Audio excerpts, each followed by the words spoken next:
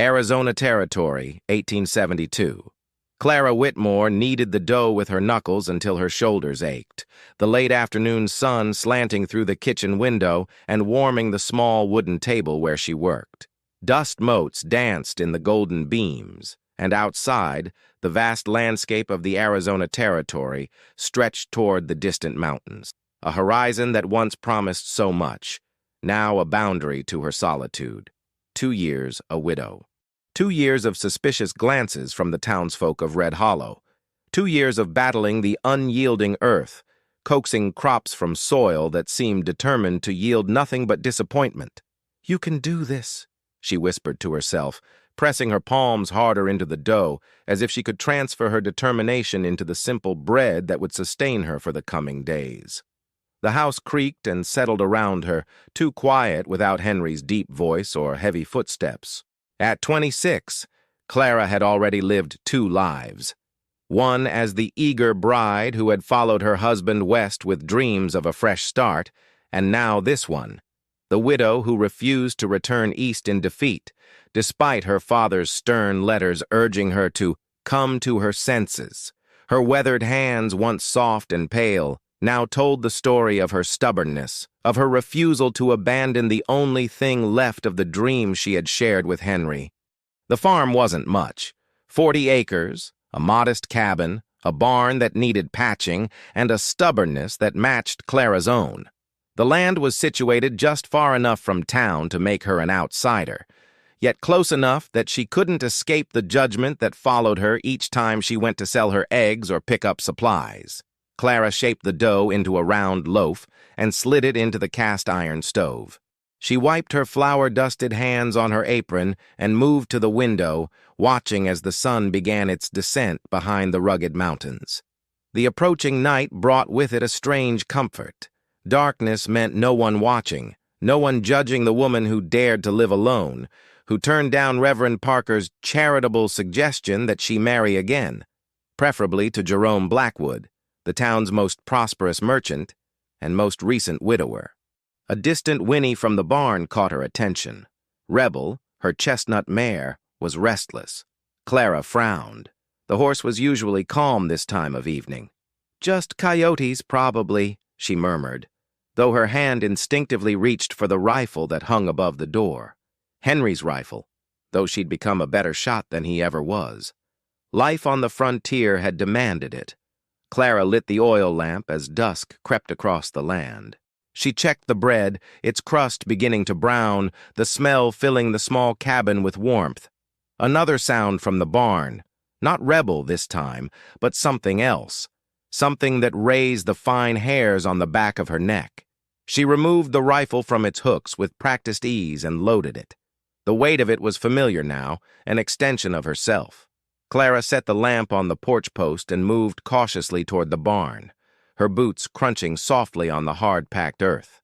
The evening breeze carried the scent of sage and dust, and somewhere in the distance, a coyote called to the emerging stars. The barn door was ajar, though she distinctly remembered securing it before heading in for supper preparation. Clara's heart hammered in her chest as she approached, rifle ready. Rebel's agitated movements grew louder, hooves striking wood. "Easy, girl," Clara whispered as she pushed the door wider with the barrel of her rifle. The interior was cloaked in shadow, but she could make out Rebel's form, moving anxiously in her stall. There was something else there, too, a darker shadow on the ground near the back of the barn. Clara raised the lamp higher, and its light fell upon a figure sprawled in the straw. A man. Not just any man, a Native American. His long black hair was matted with blood on one side, and his buckskin clothing was torn and dirt-stained. A knife wound gaped at his side, the blood dark and crusting at the edges. Clara's breath caught in her throat. An Apache, by the looks of him. The settlers' fear of the Apache was bone-deep, fueled by tales of raids and violent encounters that spread like wildfire across territories. In Red Hollow, the mere mention of Apache warriors was enough to send the town into a frenzy of paranoia. And yet, the man before her wasn't a threat, at least not in his current state. He was barely conscious, his breathing labored, his dark eyes fluttering as they tried to focus on her. "Who did this to you?" Clara asked, though she knew he might not understand her words. The man's eyes fixed on the rifle in her hands. He made no move to defend himself, as if he had already accepted whatever fate she decided for him.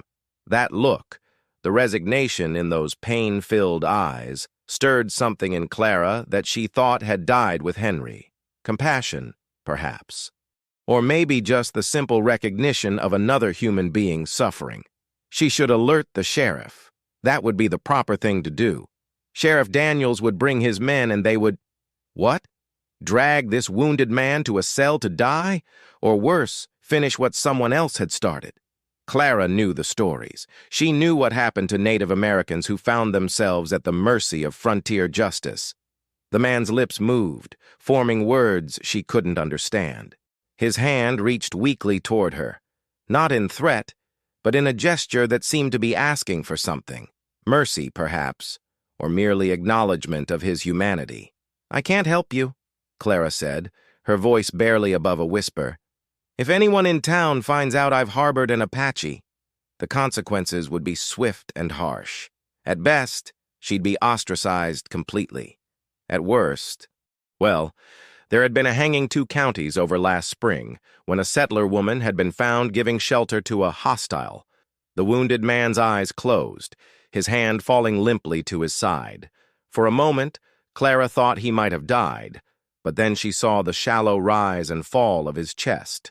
She stood frozen in indecision, the lamp's flame flickering, casting eerie shadows across the barn walls. Outside, the night had fully descended. No one would come calling at this hour.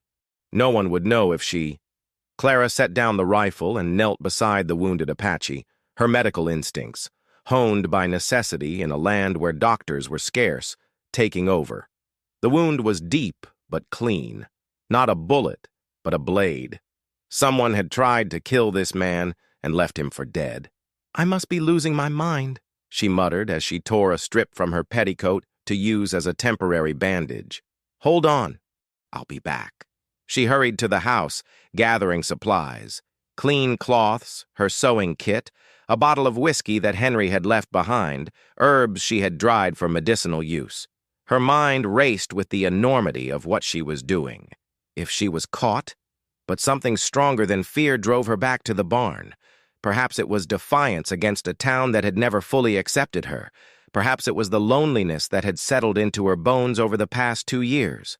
Or perhaps it was simply that, in this moment, she could not turn away from another living soul in need. When she returned, the man's eyes were open again, watching her warily as she set down her supplies. "My name is Clara," she said, meeting his gaze steadily as she soaked a cloth in water. "I'm going to help you. Do you understand?"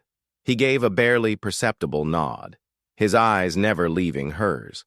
There was intelligence in that gaze and a wariness born of survival. He understood far more than she had initially assumed. "This will hurt," she warned, as she began to clean the wound. The man remained stoic, though she could feel the tension in his body as she worked. Only a sharp intake of breath betrayed his pain when she poured whiskey over the gash to disinfect it. As she threaded her needle to stitch the wound, Clara found herself talking, the sound of her own voice a comfort in the tense silence. "I don't know what brought you here or who did this to you. I don't know if helping you makes me a fool or something else, but I do know that I can't just let you die." Her fingers worked steadily, the skill of sewing translated to human flesh by necessity. "The people in town, they wouldn't understand, so you'll have to stay hidden until you're strong enough to leave." The man watched her, his dark eyes reflecting the lamplight.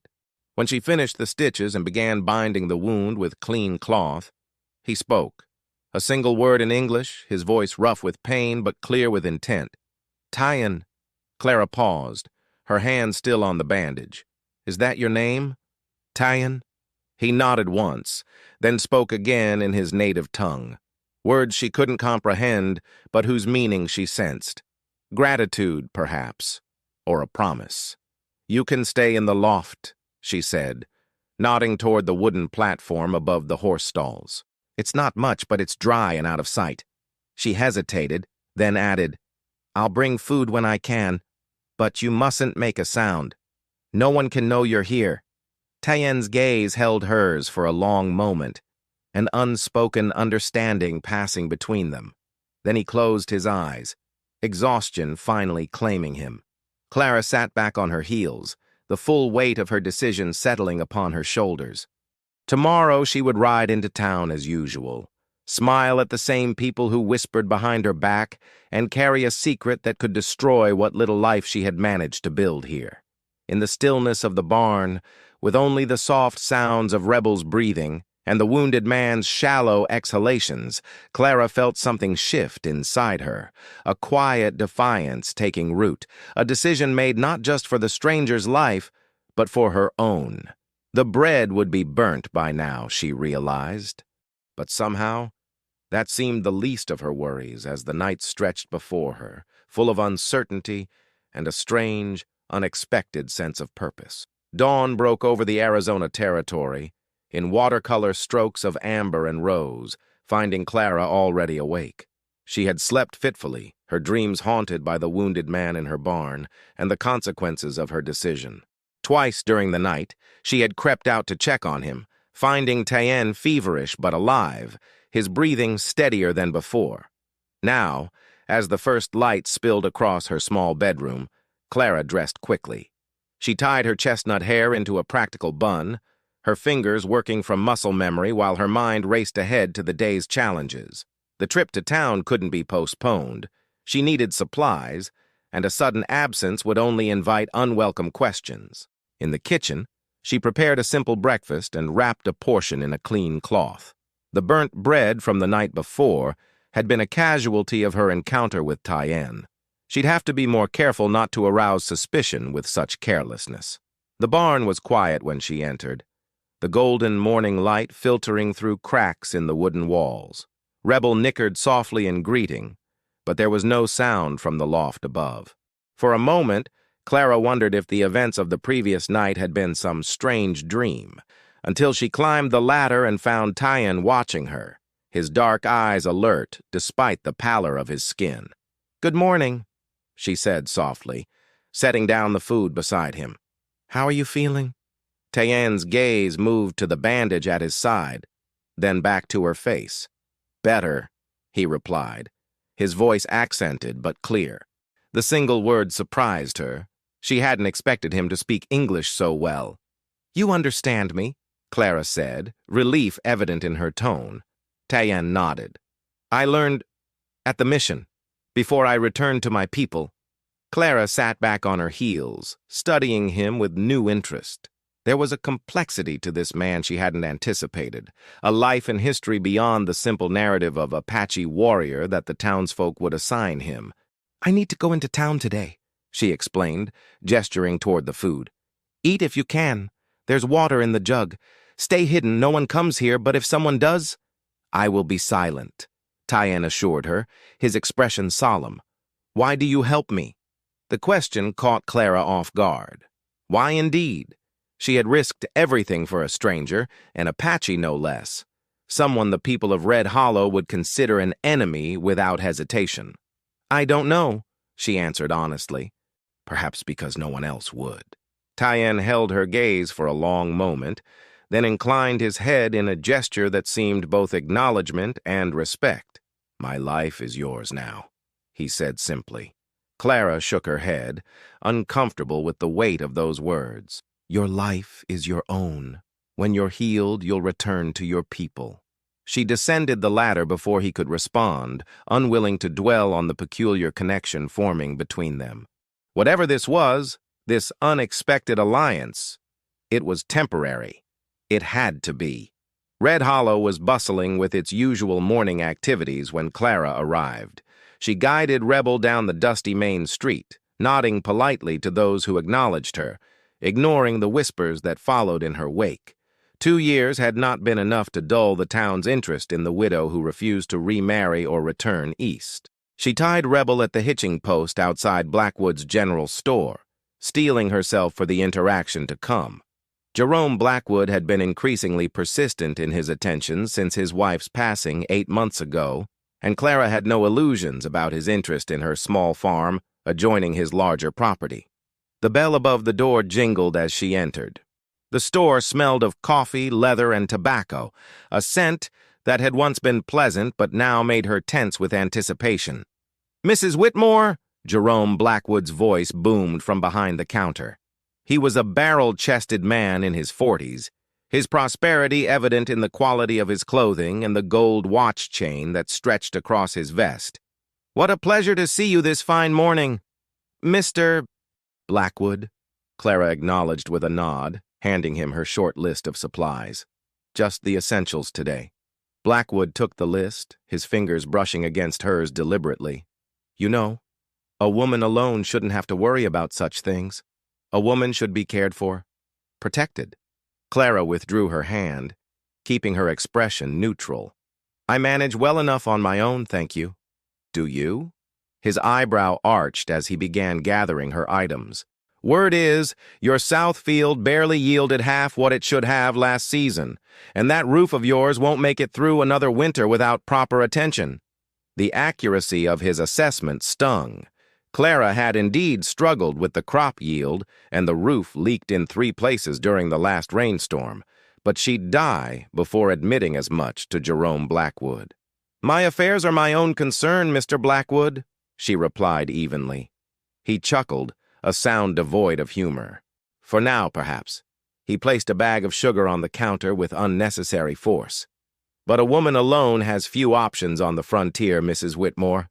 Sooner or later, you'll come to see that." Clara was saved from responding by the arrival of Sheriff Daniels, a lean, weathered man whose badge seemed at odds with the coldness in his eyes. He nodded curtly to Clara before turning his attention to Blackwood. "Jerome," he greeted, then lowered his voice. "We've had reports of Apache activity to the north. Straggler from Grey Wolf's band, most likely. Injured, from the tracks Cooper found." Clara felt her heart constrict, her hands suddenly clammy as she counted out coins for her purchases. She kept her face carefully blank, though her mind raced with the implications. They were looking for Tyann. "Anyone missing stock?" Blackwood asked, his interest clearly piqued. "Not yet," the sheriff replied. "But it's just a matter of time with those savages. I've organized a search party for tomorrow. We'll comb the foothills, maybe swing by the outlying farms." His gaze flicked to Clara.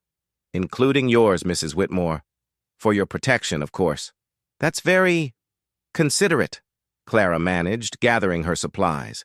"Though I haven't seen anything unusual." Sheriff Daniels studied her for a moment too long. "Is that so? Well, keep your eyes open. And your rifle loaded."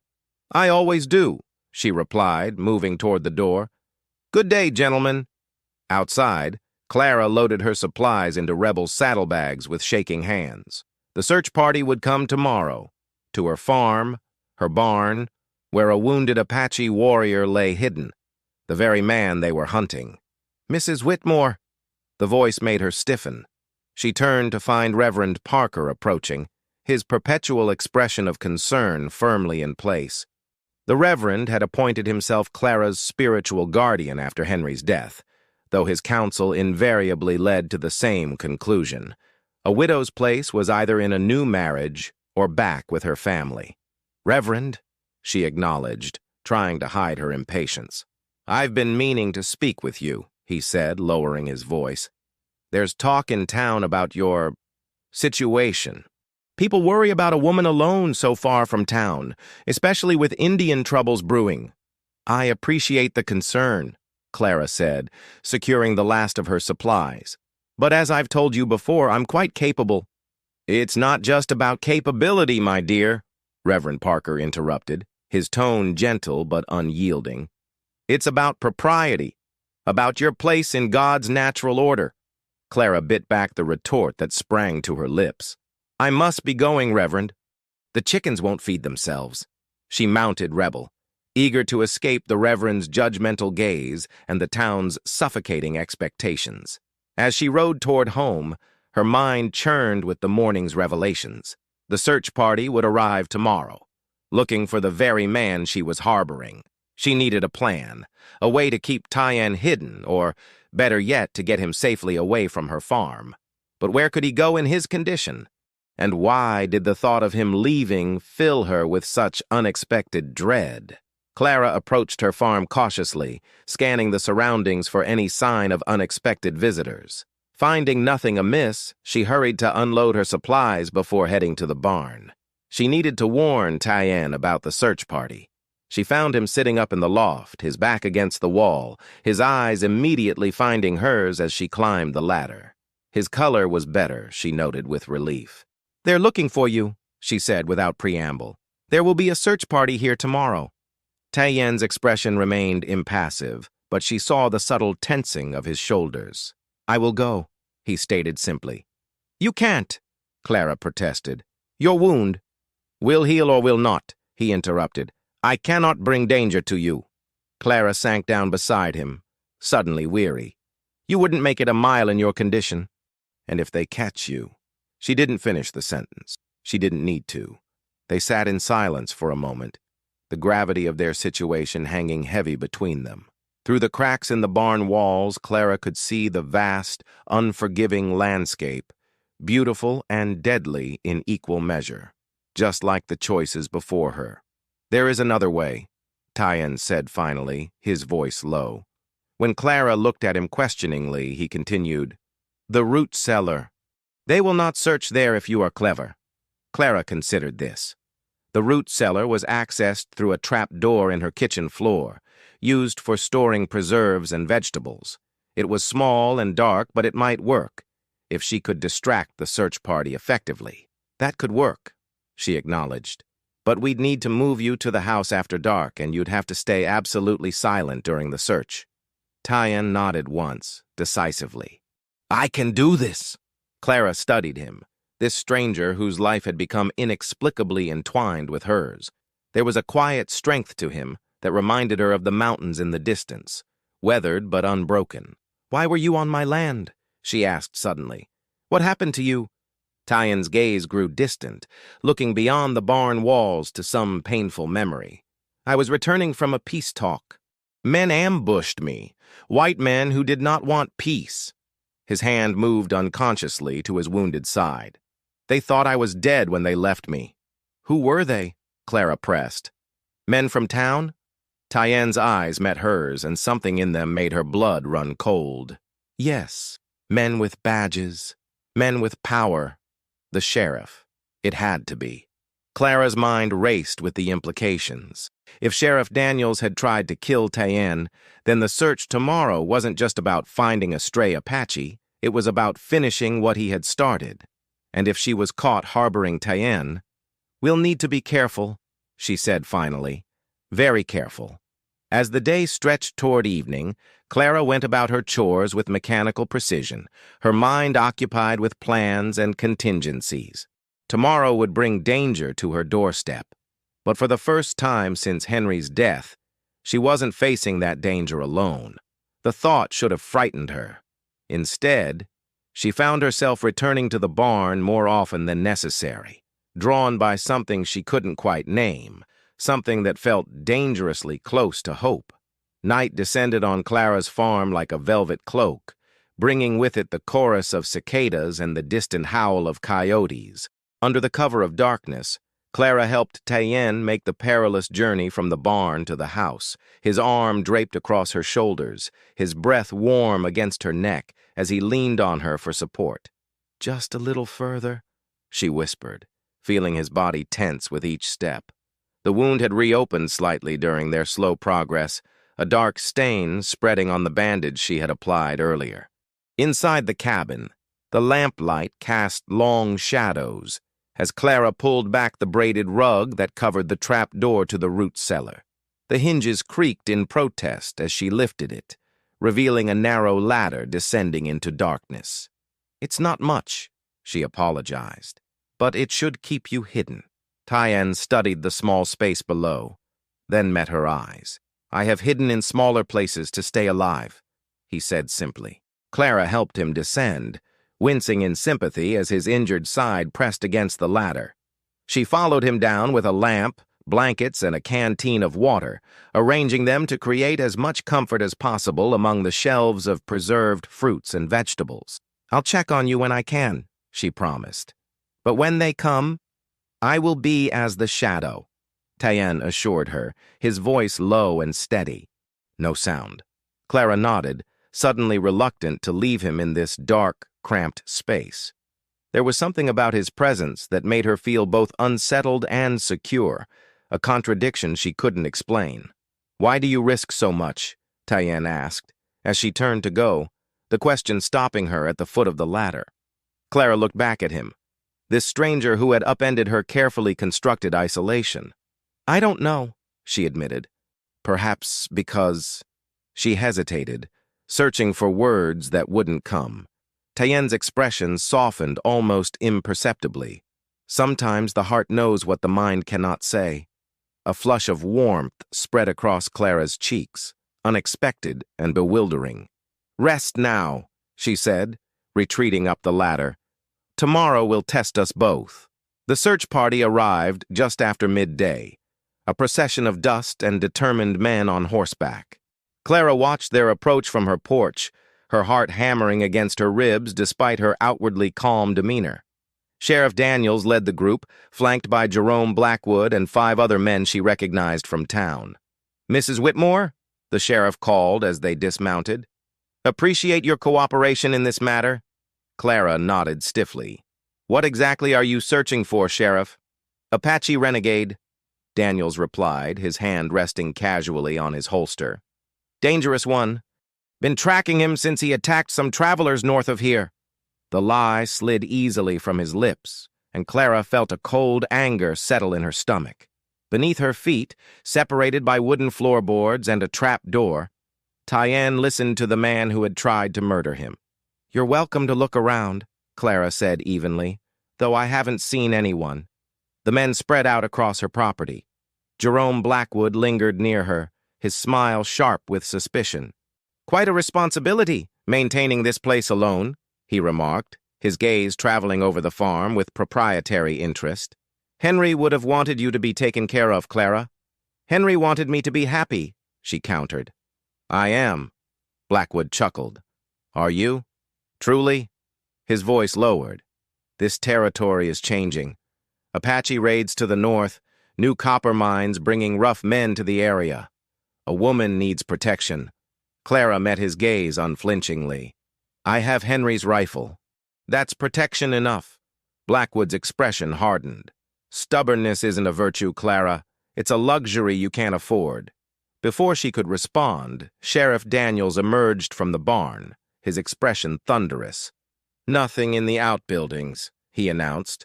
"We'll need to check the house." Clara's mouth went dry, but she stepped aside with feigned indifference. "Be my guest!" The men tramped through her home, boots tracking dust across clean floors, hands disturbing her few possessions. Clara followed, heart in her throat, as Sheriff Daniels' boot steps crossed directly over the hidden trap door. For one terrible moment, she thought she heard the wood creak distinctively, but Daniels moved on without pause. After what seemed an eternity, the sheriff declared the search complete. Clara stood on her porch, watching as the men mounted their horses, relief washing over her like a cool breeze. "Sorry for the inconvenience, ma'am," Sheriff Daniels called, though his eyes held no apology. "Lock your doors tonight. That Apache is still out there somewhere." As the search party disappeared in a cloud of dust, Clara sagged against the doorframe, the tension draining from her body. She had done it. They had survived. But as she moved to close the door, a glint of metal caught her eye. Jerome Blackwood had lingered behind the others, and he was watching her with an expression that sent ice through her veins. He knew something, or suspected. And in that moment, Clara realized that their ordeal was far from over. Clara waited until the dust from Blackwood's departure had settled before rushing back inside. Her hands trembled as she pulled back the rug and lifted the trap door. Below, Tyann sat perfectly still in the dimness, his eyes finding hers immediately. "They're gone," she whispered, relief flooding her voice. "For now." That night, They sat at Clara's kitchen table, the lamplight casting long shadows across the walls as they formed their plan. Tyenn's strength had returned enough for him to ride, and Clara knew they couldn't wait any longer. "There's a trading post near the territorial border," she said, tracing the route on a worn map spread between them. "My friend Thomas runs it. He trades fairly with all people. He'll help us reach the Apache camp without being seen." Tyenn studied her face. "Us?" he questioned softly. Clara met his gaze steadily. "I have proof of what they're planning." She tapped a stack of papers, land deeds and mining claims she had discovered among Henry's things after his death. Documents that suggested her husband had known about the copper deposits and had died because of that knowledge. These show that Blackwood and the sheriff have been illegally claiming Apache land. Your people need to know, and so do the federal authorities. Tyenn reached across the table, his fingers brushing hers. "You would leave everything behind?" "What am I leaving?" Clara asked, gesturing around the small cabin. "A farm I can barely maintain? A town that never accepted me?" She shook her head. "Henry is gone. This was our dream, not mine alone." In the silence that followed, something shifted between them, an unspoken understanding, a shared purpose that transcended the circumstances that had brought them together. They left before dawn, under a sky still scattered with stars. Clara had packed only what they could carry on horseback: food, clothing, the precious documents, and the few keepsakes she couldn't bear to leave behind. Rebel carried them both, Tyenn's arms encircling Clara's waist as they rode away from the farm that had been both her prison and her sanctuary. The journey to the trading post took 2 days, traveling through ravines and hidden paths that Tyenn knew from his people's hunting grounds. They slept beneath the vast desert sky, sharing whispered stories of their lives before they met. With each passing hour, the connection between them deepened, no longer just two strangers thrown together by fate, but two souls recognizing something essential in each other. Thomas, Clara's friend at the trading post, greeted them with concern but without judgment. He provided fresh horses and supplies and sent word to Tyenn's people through trusted channels. "The cavalry patrols this area," he warned as they prepared to leave, "but I've sent them on a wild goose chase north. You should have clear passage to the Apache camp." As they rode toward the mountains where Tyenn's people awaited, Clara felt a strange lightness. The fear remained. She was venturing into the unknown, leaving behind everything familiar. But alongside it grew a sense of rightness, of purpose. On the 3rd day, they reached the hidden Apache camp.